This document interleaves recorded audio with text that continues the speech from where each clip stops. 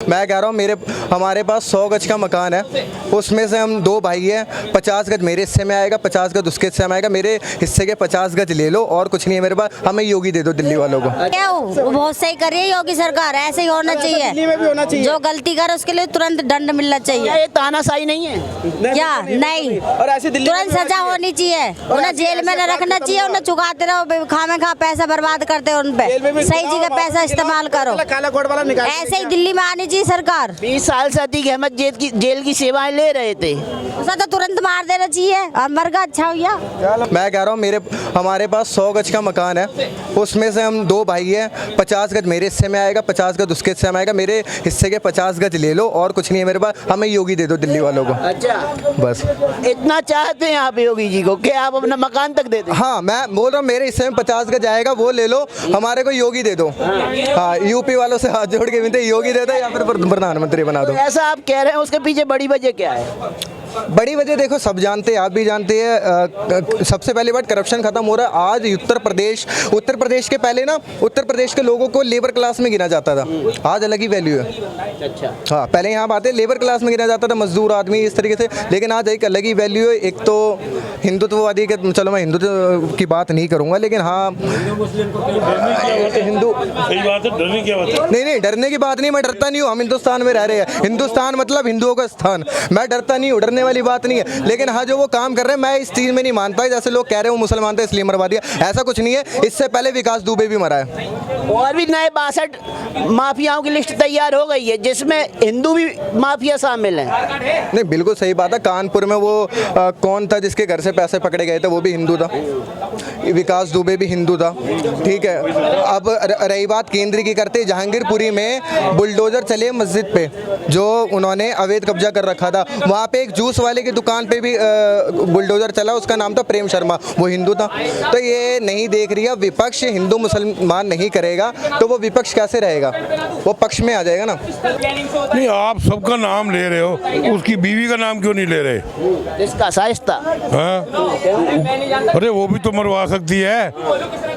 वो हमने ये सुना है उसका चक्कर चल गया था उससे, गुड्डू से, तो हो सकता है उसी ने मरवा दिया हो। तो प्रेम प्रसंग का मामला हो सकता है? हो सकता है, बिल्कुल हो सकता है, क्यों नहीं हो सकता। जब वो दोनों फरार हैं कि नहीं है, इसलिए तो हो सकता है इन्होंने ही कराया किया हो। अपने बेटे को भी मरवा देंगे तो क्या उनसे बुरी बात है यार। आज आशिकी में तो पता नहीं क्या क्या हो जाता है। आशिकी में तो बंदे ने अपनी बेटी से शादी कर ली थी। यार आप कैसी बातें कर रहे हो? शाहजहां ने किससे शादी करी थी? अपनी बेटी से ही तो करी थी। तो फिर ये इश्क है भाई, कुछ भी हो सकता है। बड़ा अच्छा कर रही है, देखो पब्लिक का पैसा बच गया, ठीक है। और गलत आदमी को मारना, गलत आदमी ने मार दिया, कोई बुराई नहीं है। गलत को गलत नहीं मारा ना, सही को तो नहीं मारा, तो काहे को चिल्लाए हम?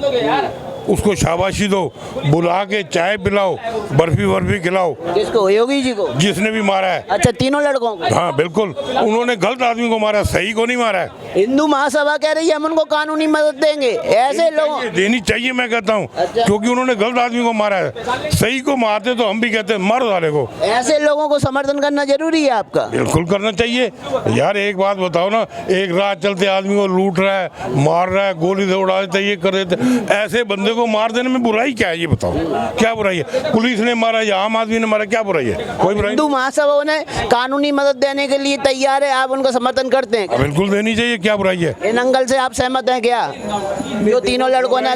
सबके अपने विचार होते हैं, वो समर्थन को जेल में डाल दोगे ना, जेल में डाल दो, मान लीजिए कल को पता नहीं अखिलेश फकलेश की आ जाए, फिर गवर्नमेंट सबके माफ कर दो जी, सबको माफ कर दो, फिर सबको माफ हो जाएंगे। तब भी तो उसकी क्या गारंटी है? जब तख्ता पलट नहीं होगा, हो सकता है अखिलेश यादव की सरकार आ जाए, उसकी क्या गारंटी है कि ये बाहर नहीं घूमेगा, ये चुनाव नहीं लड़ेगा? ये लड़ेगा, करेगा, सब चीज करेगा, तो इसलिए बढ़िया मर गया। सर एक बात बताओ, जिस आदमी का कोई जज केस सुन के राजी नहीं था, इतने डरते थे।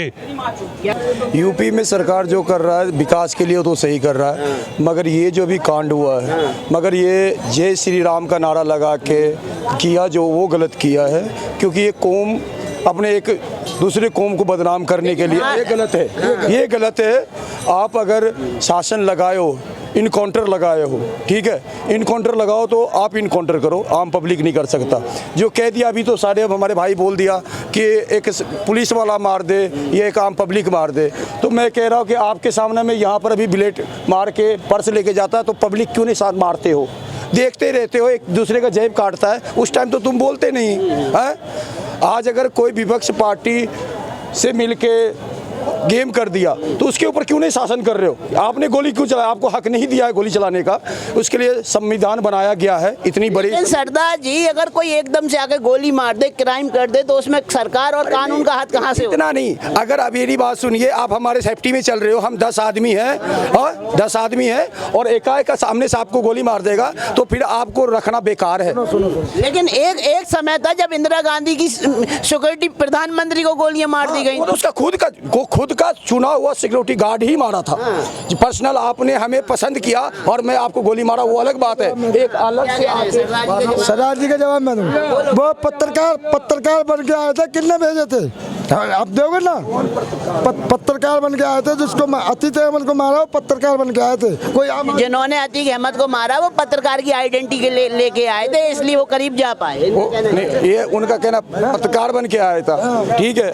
आपने उनको चेक किया होगा, आपने करते हैं आईडी कार्ड चेक करते हैं, आईडी कार्ड अंदर बंदूक रख के लाया, ये तो चेक नहीं किया। नहीं, अभी हम रेलवे स्टेशन पे जाते तो मसीह दो अतीक अहमद कौन सा इंसान था? वो इंसान था या हैवान था? ये बता दो मेरे। कहाँ से हैं आप? आप कहाँ से हैं? मैं बिहार से हूँ, पटना से। अच्छा, अशोक कुमार मेरा नाम हुआ। और बोलो, मैं एक ही चीज़ कहना चाहता हूँ कि जो अगला के जो गुंडा बनेगा उसका अंत होगा, जो माफिया बनेगा उसका भी एक दिन अंत होगा, जो किसी के साथ आप अन्याय करोगे उसका भी एक दिन अंत होगा। नीचे जो है बर्दाश्त करेगा, लेकिन ऊपर कहते हैं मैं नहीं। चाहे तुम पुलिस के कस्टडी में रहो, चाहे तुम चारों बगल कुआं के अंदर घुसल न रहो, लेकिन जिस दिन जाना है उस दिन जाना है। तो अतीक अहमद को जाना था और आदित्यनाथ जोगी को एक बहाना है कि वो मरवाया। क्या आदित्यनाथ जोगी ने मरवाया? कोई साबुत है? कोई बता तो दे। ये सब विपक्ष का खेल है, ये राजनीतिक है कि ऐसा करोगे तो आगरा चुनाव में हम लोग का मुद्दा बनेगा। मुद्दा नहीं बनेगा। वहाँ की जनता यूपी के कह दिया कि साइकिल का चक्का जाम है, मोबिल दोगे तैयो नहीं चलेगा। हम मायावती को कह दिया हाथी गया, आज जोगिया मोदी का जनता मिला साथी। बस। लेकिन चाचा, अदालतें खुली हुई हैं न्याय देने के लिए, रोड पे गोली मारना जरूरी थोड़ी है। हमको तो ये बता दीजिए कि 10 मजिस्ट्रेट ने जो है अतीक अहमद का क्यों नहीं उसको सजा सुनाया? क्यों टरकाते गया? उसको धमकी मिला कि जिस दिन सजा सुना दोगे उस दिन तुम्हारा भी अंत हो जाएगा। अच्छा, तो ये सब खामियां था।